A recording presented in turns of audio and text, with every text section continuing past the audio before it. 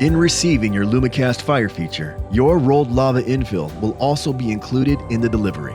Depending on the size of your fire feature, the correct number of bags will be included in the shipment. Open your first bag and gently layer the rolled lava infill so that it covers the base of the fire burner area.